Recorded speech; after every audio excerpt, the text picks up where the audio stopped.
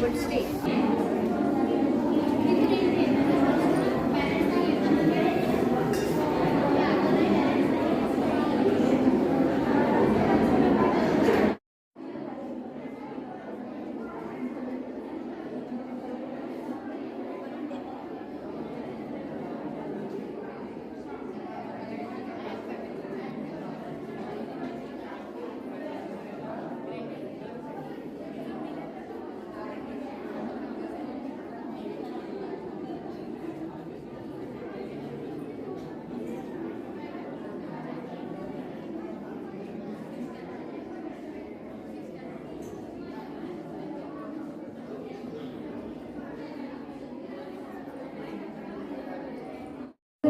जगाला शांतीचा संदेश देणारे महाकारुणी तथागत भगवान गौतम बुद्ध तसेच भारतीय घटनेचे शिल्पकार परमपूज्य डॉक्टर बाबासाहेब आंबेडकर यांना विनम्र अभिवादन करते आणि माझ्या 2 शब्दांना सुरुवात करते. दिला नवा जन्म सोचित दिला चारा, दिला नवा जन्म सोचित दिला चारा, वंदन हे माझ्या तुला घटनेच्या शिल्पकारा. लिहूनी घटना देऊनी आरक्षण, लिहूनी घटना देऊनी आरक्षण, गोरगरिबाचे केले तू रक्षण. जगाला तारणारे तुझीच विश्वधारा, दिला नवा जन्म सोचित दिला चारा, वंदन हे माझे तुला घटनेच्या शिल्पकारा, घटनेच्या शिल्पकारा. आज 6 डिसेंबर म्हणजे ज्ञानाच्या अथांग महासागराचा म्हणजे परमपूज्य बोधिसत्व डॉक्टर बाबासाहेब आंबेडकर यांचा महापरिनिर्वाण दिवस. बाबासाहेबांच्या जीवनावर बोलायचं झालं की त्यांच्या जीवनातील प्रत्येकच प्रसंग हा आपल्या अंगावर काटा आणून सोडतो. पण डॉक्टर बाबासाहेब आंबेडकर हे एवढं मोठं विश्वकर्तृत्व निर्माण झालं तरी कसं? रामजी सपकाळ सुभेदार मेजर हे मध्य प्रदेशातील महू या गावी राहत होते. एका लष्करी शाळेमध्ये रामजी सुभेदार हे कार्यरत होते आणि भीमरावांच्या रूपात जगाचे कल्याण करणारे सुपुत्र रामजी यांना लाभले. वर्गात शिक्षकाने प्रश्न विचारला, हे गणित कोणाला सोडवता येईल का? भीमराव मोठ्या जोराने म्हणाले, मी सोडवतो गुरुजी. गुरुजी म्हणाले, हे घे खडू आणि सोडून दाखव. छोटा पिवा धावत गणित सोडवायला निघाला.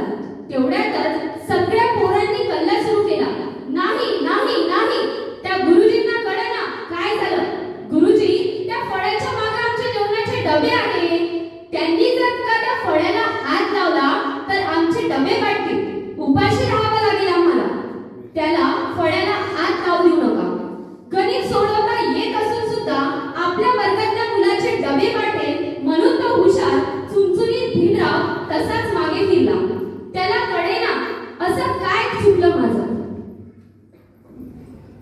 अनंतराव यांनी एक सुंदर काव्य रचना केली आहे.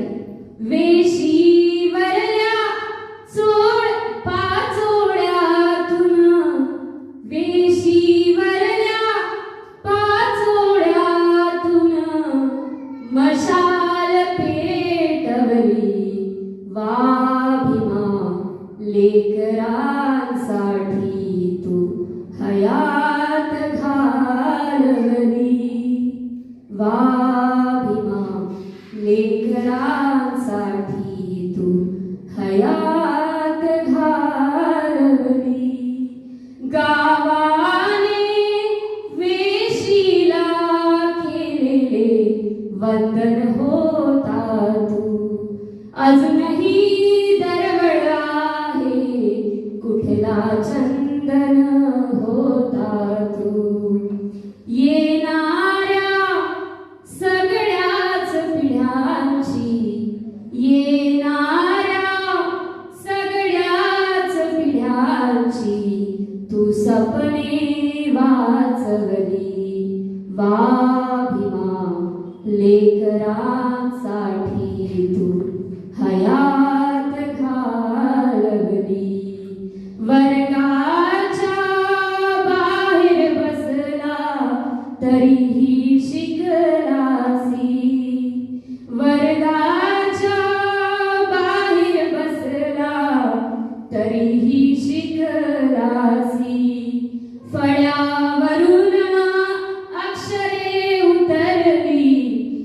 आली तुझ्या चरणासी त्याच अक्षरांवर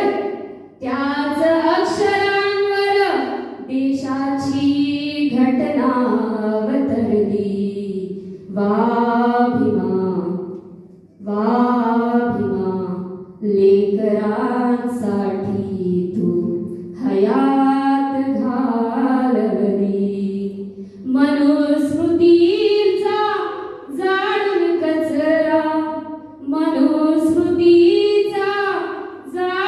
कचरा हिरवळ केली तू महाडचे ते अशुद्ध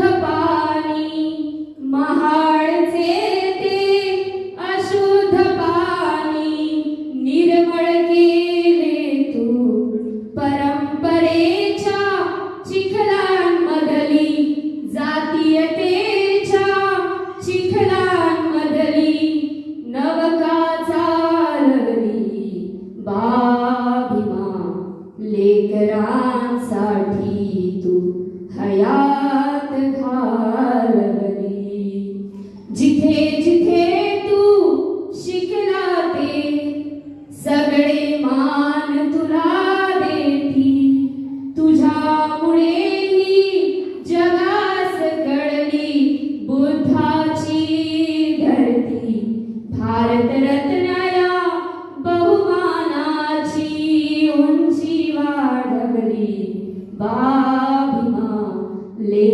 लेकरांसाठी तू हयात घालवली मुले स्वतःची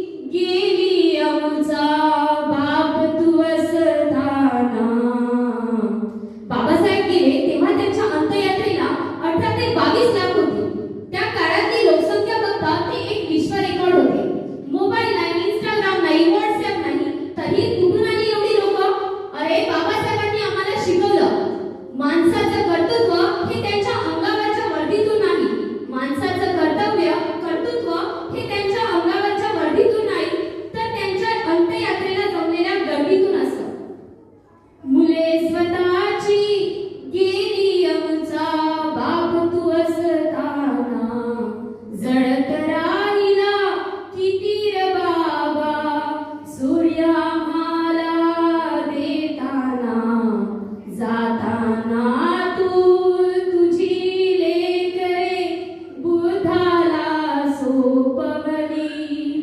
जाताना तुझी लेकरे बुद्धाला सोपविली बाबासाहेबांनी खरंच मरणाच्या काहीच दिवसाच्या अगोदर बुद्ध धर्माची दीक्षाभूमीवर धम्मदीक्षा दिली म्हणूनच म्हणावेसे वाटते जाताना तुझी लेकरे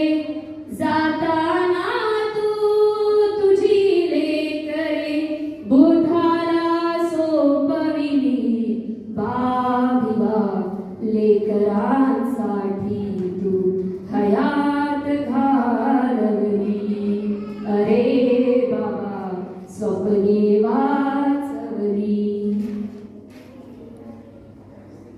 स्वाभिमानाच्या ठाई आखरीत भीमा आहे स्वाभिमानाच्या ठाई आखरीत भीमा आहे समाज प्रबोधनाच्या चाखरीत भीमा आहे अरे दिसणार नाही श्रीमंताच्या पुरणपोळी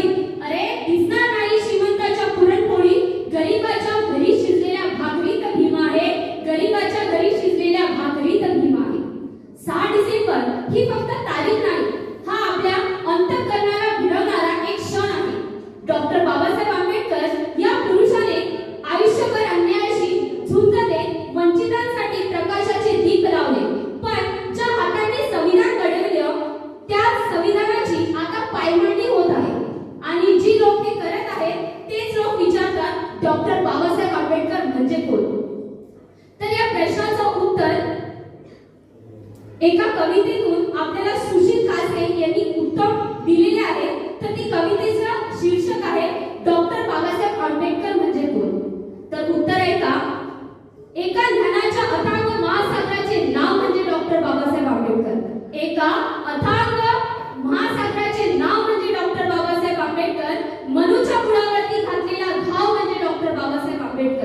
कडकडत्या उन्हामध्ये डोक्यावरची छाप म्हणजे डॉक्टर बाबासाहेब आंबेडकर. काळ्या रामाला घाम फोडणारं नाव म्हणजे डॉक्टर बाबासाहेब आंबेडकर. त्या चौदार तळ्याच्या पाण्याला आग लावणारं नाव म्हणजे डॉक्टर बाबासाहेब आंबेडकर. त्या चौदार तळ्याच्या पाण्याला आग लावणारं नाव म्हणजे डॉक्टर बाबासाहेब आंबेडकर. त्याच रायगडाच्या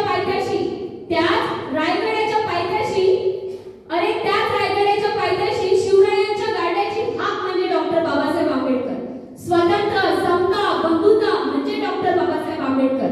स्वतंत्र समता बंधुता म्हणजे डॉक्टर बाबासाहेब आंबेडकर. संविधानाचा प्रत्येक अध्याय म्हणजे डॉक्टर बाबासाहेब आंबेडकर. तलवारीच्या पातीने नाही तर पेनाच्या शाईने क्रांती घडवणारा क्रांतिकार म्हणजे डॉक्टर बाबासाहेब आंबेडकर. या मातीत काढलेला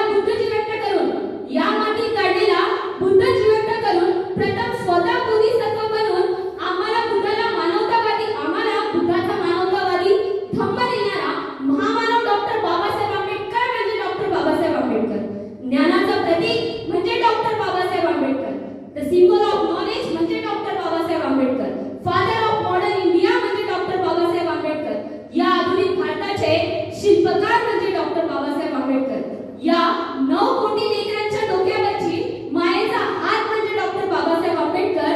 या समतेच्या रथाचा चाक म्हणजे डॉक्टर बाबासाहेब आंबेडकर. शाहिराच्या डफावरची थाप म्हणजे डॉक्टर बाबासाहेब आंबेडकर. शाहिराच्या थापावरची थाप म्हणजे डॉक्टर बाबासाहेब आंबेडकर. वामनांच्या गाण्यांचा सुरताल म्हणजे डॉक्टर बाबासाहेब आंबेडकर. ज्यांच्या पिढ्यानं पिढ्या फेडल्या जाणार नाही उपकार ते नाव म्हणजे डॉक्टर बाबासाहेब आंबेडकर. मरता नाही मुखात असेल माझ्या ते नाव म्हणजे डॉक्टर बाबासाहेब आंबेडकर. जन्मताच कोरले मस्तकी ते नाव फक्त डॉक्टर बाबासाहेब आंबेडकर. या विद्रोही लेखणीचा प्रस्थापितांवर असलेला धाक म्हणजे डॉक्टर बाबासाहेब आंबेडकर. आज त्या चौदार तळ्याला, त्या काळ्या रामाला, त्या भीमा कोरेगावाच्या विजयस्तंभाला आणि त्या चैत्यभूमीच्या सागराला माझे प्रश्न आहे. अरे सांगशील का रे मनुच्या पिला माझा भीम कसा तुला नडला होता. अरे सांगशील का रे मनुच्या पिला माझा भीम तुला कसा नडला होता. तुझ्या अमानवीय प्रथेचा छेद घेत कसा एकटा भिडला होता. अरे सांगशील का रे भीमा कोरेगावाच्या विजयस्तंभा. अरे सांगशील का रे भीमा कोरेगावाच्या विजयस्तंभा माझ्या भीमाने तुझा सन्मान कसा केला होता. अरे वागला होता तुझ्या पुढे की ताट मानेने आपल्या पूर्वजांना सलाम केला होता. अरे सांगशील का रे काळे रामा. अरे सांगशील का रे काळे रामा माझा भीम तुझी पायरी कसा चढला होता. अरे सांगशील का रे काळे रामा माझा भीम तुझी पायरी कसा चढला होता. अरे दार उघड रामा असे ओढून बोलला होता.